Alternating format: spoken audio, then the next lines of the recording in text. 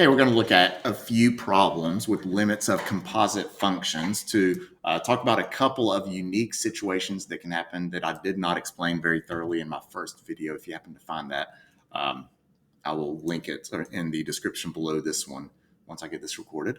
But we're looking here, we have the limit as x approaches 2 from the left of g of f of x, and we are given graphs of both g and f.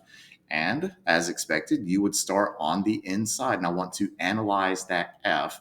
And a lot of times what I'll do is I'll do like a little substitution, and I'll kind of come over here to the side, and I'm going to see what happens as x approaches 2 of that interior f of x, and coming to 2 from the left. And if you look at f of x over here, as we are approaching 2 from the left side is coming in at a value of 1. However, in these problems, because I have to put that into the limit as x approaches 2 of g, I need to be very careful about how we are approaching that 1. And we are approaching that 1 from below, which means I'm coming from values left of 1. And so I'm going to go to 1 from the left because the graph is coming from below. And so when I inject that into my limit over here, I reset my limit, and it's going to be the limit of g of u. And I just found out that that interior f of x, u, is approaching 1 from the left. So 1 from the left, we have a whole new limit. This time it's of g, and g, as we approach 1 from the left side, g, as we approach 1 from the left, is that horizontal segment coming in at 2.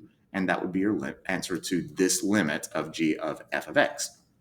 And so that's the type that I covered in the first video I recorded a couple years ago that has gotten a lot of hits for whatever reason. But somebody asked in the comments of that initial video, what do you do if you're approaching from a constant value and you're not coming from above or from below?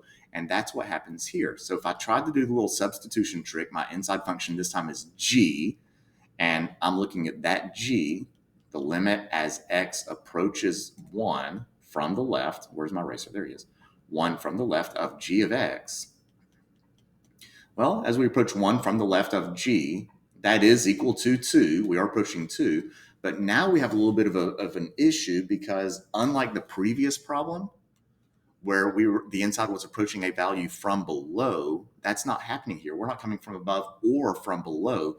We are exactly at 2.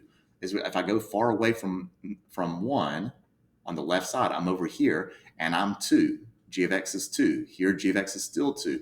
We're not coming from above or below. We are exactly equal to 2 for quite a while before we get to 1 from the left side, which means that g of x, in this context, g of x is exactly equal to 2. And so for these problems, when you're not coming from above or from below, when you solve the next layer of the limit, it's just going to be f of, and g of x is exactly 2. We're not approaching 2, we are 2. And so the answer is going to be f of 2, which is, I've kind of covered up my 3 up there, but the f of 2 is 3 in this case. So that's one way you can think about it. If you're coming in at a constant value, then the answer is just going to be f of whatever that value is of the interior function. So that's kind of a touchy-feely. It's not as mathy. There's another way I'm going to explain this if that didn't make much sense to you, and that is by analyzing this from a table of values. So I'm still looking at x approaching 1 from the left of f of g of x, and I'm going to look at that inside piece, and as I approach 1 from the left, what I've done is I've constructed a table of values starting, and that is a terrible table of values. So hang on a second. I need to fix those x's there. So let me pause the recording. I'll come right back. Okay, there, that's better. So as I'm approaching 1 from the left side, my x's are 0.5, 0.8, and as I keep coming close to 1, my interior g of x is 2. So my interior g of x is 2. And at 1, I don't care. When you're doing limits, you don't care what's happening at the point in question. It's what's happening just to the left. And so as I look at the left, my g of x is stuck at 2. And then when I think about f of g of x, which is the entire function I'm interested in, the values of f of g of x are always going to be f of 2. And if you look at my f function, f of 2 is 3. When x is 0.8, g of x is 2, and f of 2 is 3. and that repeats the whole way. And we are interested in the limit of f of g of x. And if you look at these values of f of g of x, as we are approaching that value of 1, that x coordinate of 1 from the left side, we are camping out at 3 the whole time, which means this limit answer will be 3. So there's more of a table way to look at this one. And then I had one more specific type of problem I wanted to look at. And there it is. So we have these graphs of f and g. X is approaching 2, and g of x is on the inside. So I'm going to analyze that g. So as x is approaching 2 from the left, x approaches 2 from the left of that interior g. And then I'm going to analyze the limit as x approaches 2 from the right of that interior g. And if I look at g, 2 from the left is coming in at a value of 1, and that is coming from above. So I'm going to say 1 from the right. If I go to 2 from the right side at g, I come in at a different value. I'm down here at -1, and this time I'm coming from below. And I didn't do this in my initial video either. I didn't have an internal function, an interior function, that approached 2 different values. I've structured it so they were all going to the same place. And if they do go to the same value, if they were coming to 1 from the right, both of them, or one was 1 from the right or 1 from the left, if they're going to the same y coordinate, then you can take that and finish the problem in one step. But because left and right sides of g, as we approach 2, go to different values, that means my internal limit does not exist.